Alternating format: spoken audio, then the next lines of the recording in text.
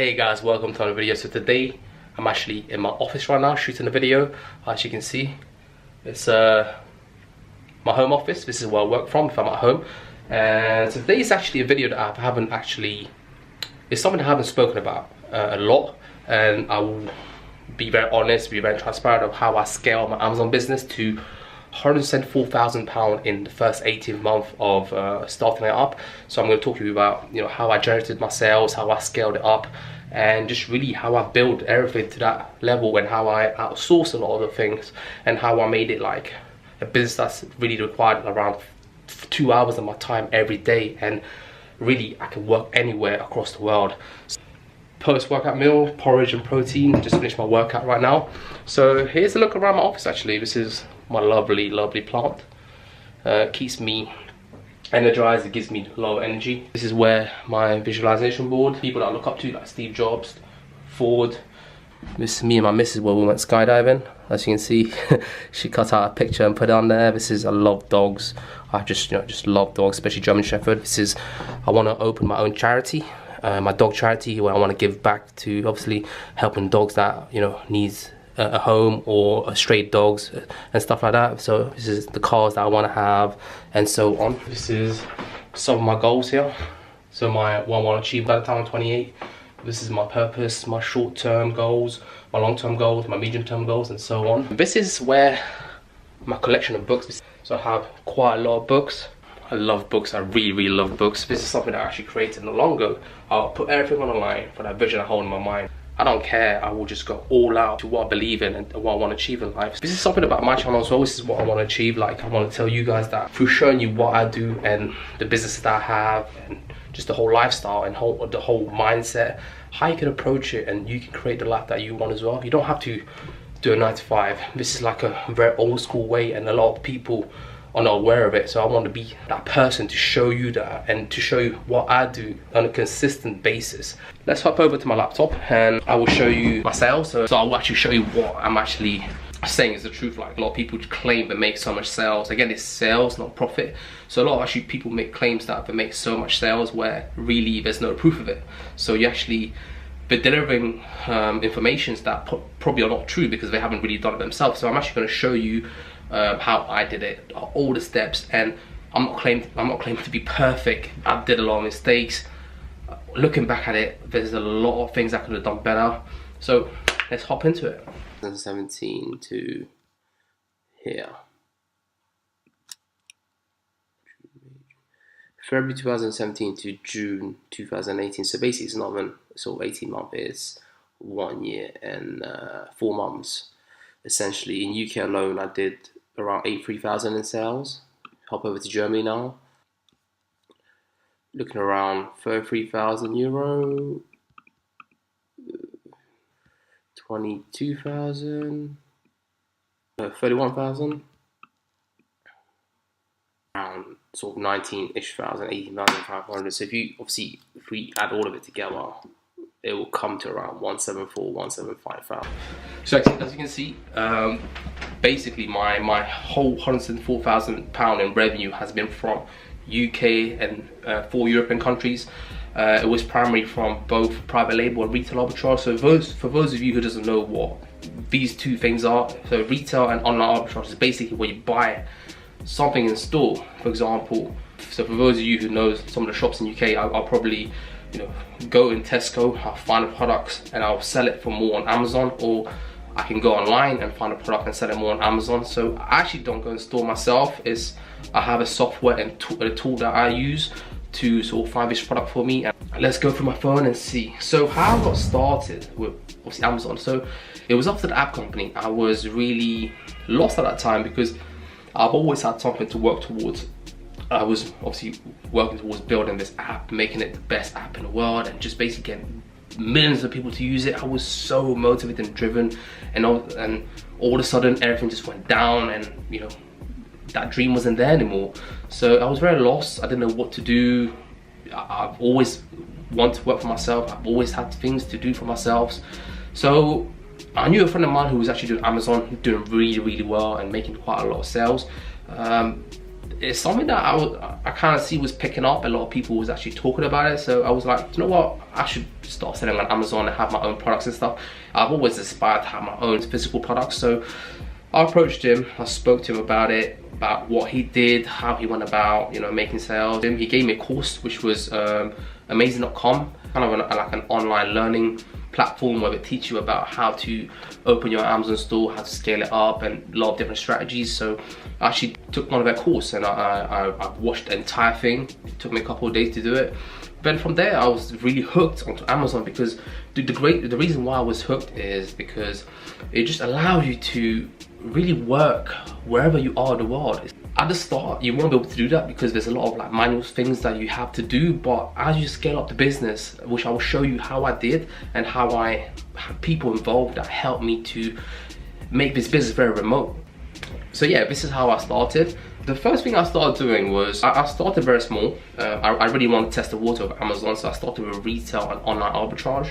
I still remember the first product I bought the wrong products, because the software basically was like, I bought a Crayola set, which is like a sort of like a painting set.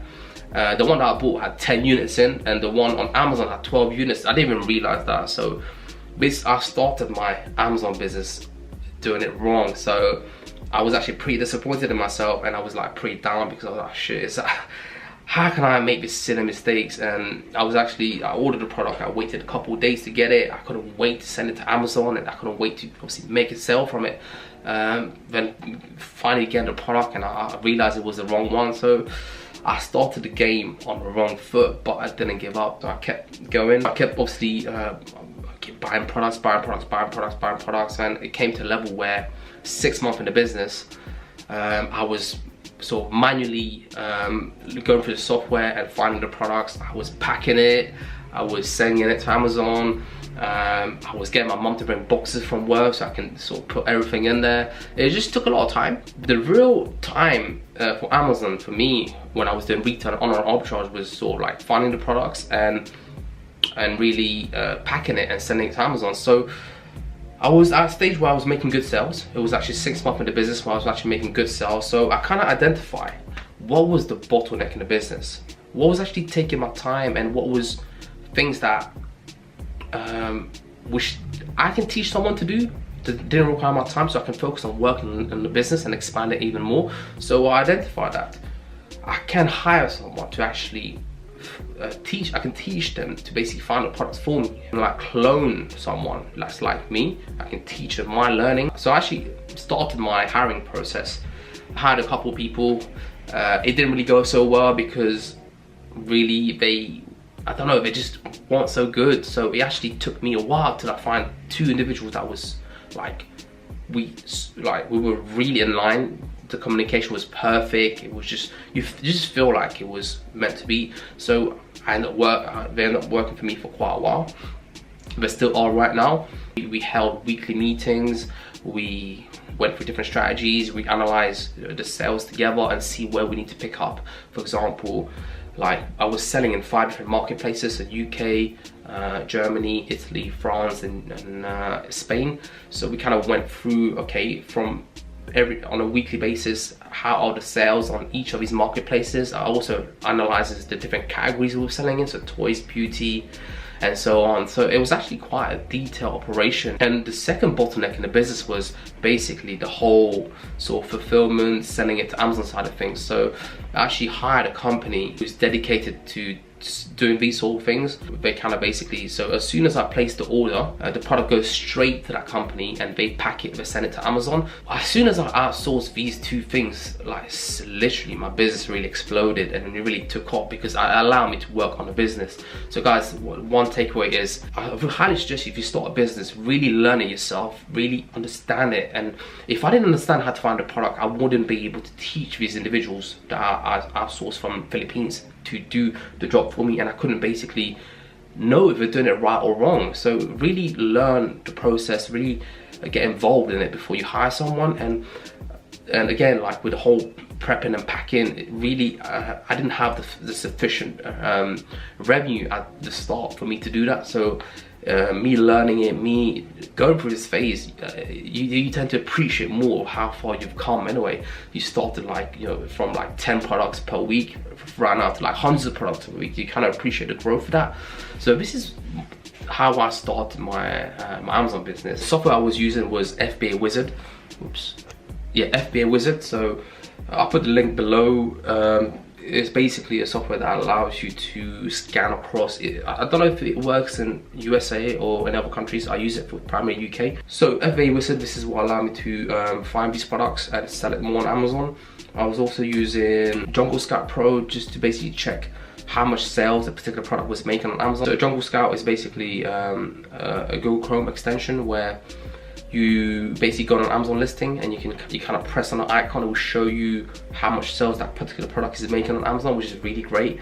I was also using Keeper Graph. So the Keeper Graph allows you to check. So one thing that I sort of analyze the products is I have 3 criteria: if it's making enough sales, if the product price is stable, and basically how many people are selling it. So the Keeper Graph allows you to check how stable the price are on Amazon. So if the price fluctuates a lot, it will be very risky for you to actually buy the product and sell it on Amazon, because you don't know if, you know, you will make a profit or not. You want a product that's actually stable, at least 2-3 months. That's what my criteria is. But these are the 3 tools I actually use for my retail online arbitrage business.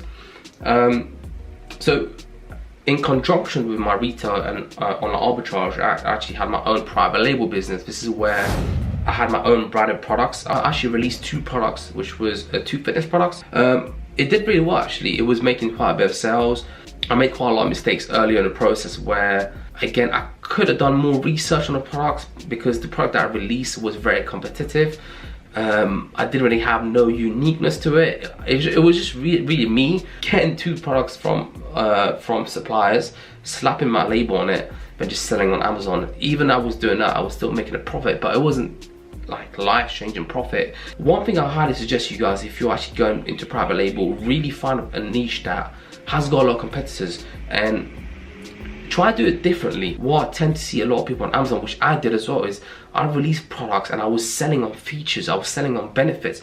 But what you want to do is you want to do things differently. You want to have a whole brand message. The products that are actually currently on Amazon, let's say you want to launch, let's say your own mobile case, see what's actually your current competitors. Go through all the reviews and see what customers are saying negative about it. And what you can do is you can do this across the top 10 sellers in your category and see what is the most common negative review. And what you can do is you can do it differently and improve on these review. And don't have to just go on Amazon, just obviously go on websites as well, companies that are selling mobile cases, and see what they're doing and how you can do it differently. If you have a different approach and really position your product right, have your title right, your bullet points and your description, like, you can really kill it. And the thing is, if you don't have a lot of competitors, you can really get your product really ranked high and acquire a lot of reviews and be the number 1 in your market. And it'll be very hard for someone to replicate that, because you've already gained so much traction and so much sales and so much reviews that it'd be hard for someone to overtake that.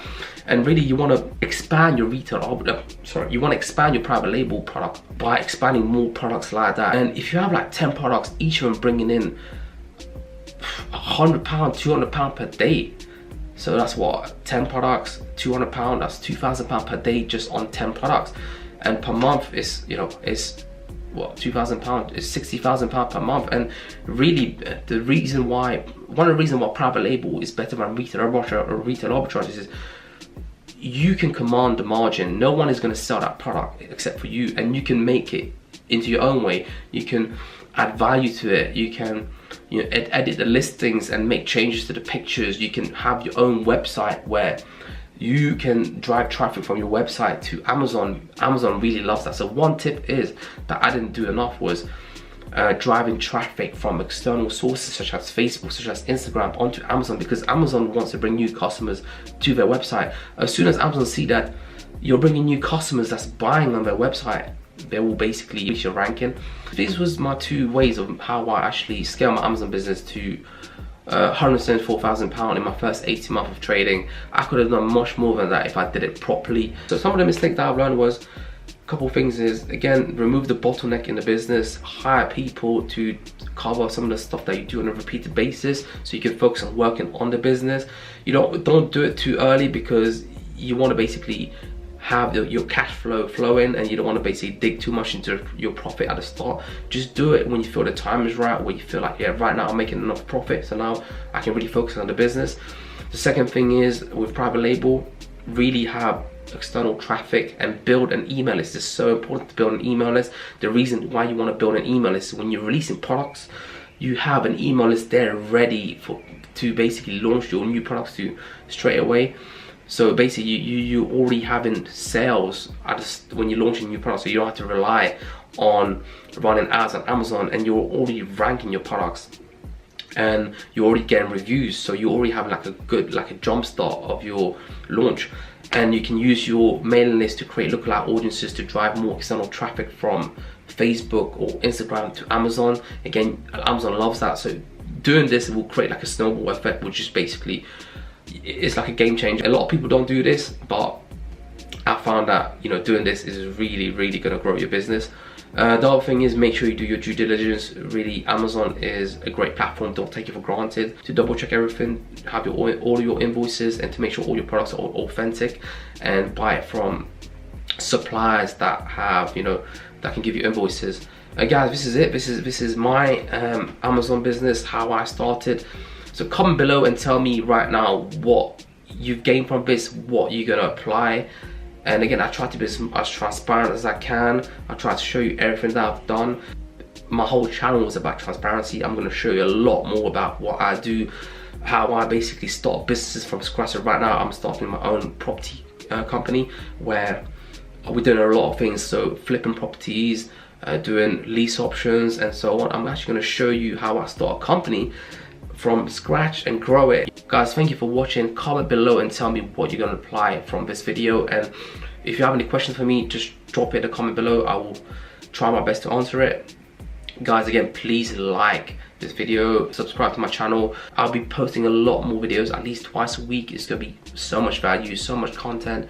If you guys wanna start your own businesses, you know, if you guys wanna know how you can work remotely, how you can work on your own terms and so on, I'm here to show you that. I'm here to really teach you from my experience. Nothing here is theory, everything is from experience. So guys, thank you for watching. Until then, see you in the next video.